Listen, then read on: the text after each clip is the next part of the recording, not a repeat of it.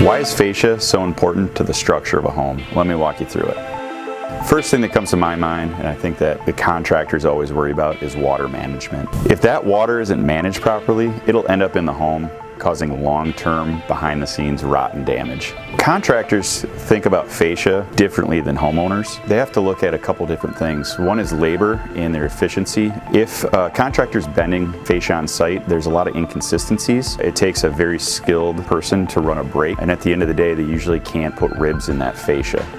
But without ribs in a fascia, it's not as strong. Anytime that we add bends to metal, it strengthens that metal. And what those ribs are going to do is actually increase the strength of the fascia and help prevent what's called oil canning. If you've ever seen fascia panels or metal panels that have those waves in it, maybe it looks like a basketball got thrown at it, it doesn't look great. And as there's a shortage of skilled labor, it's going to add to more and more inconsistencies on the job site when trying to custom bend all these pieces of fascia. If we have those inconsistencies in the field and struggle with new tradesmen coming to the field that don't know how to bend fascia really well, I think at the end of the day the homeowner is going to have a product that they're unhappy with, and it's going to lead to callbacks. Where we come in is every panel has a consistency, every panel is exactly the same. All the hems are going to be rolled on it, which contractors love. It's going to allow those laborers to be more and more efficient on site and be able to get onto that next job and make sure that the project looks great and the homeowner's happy.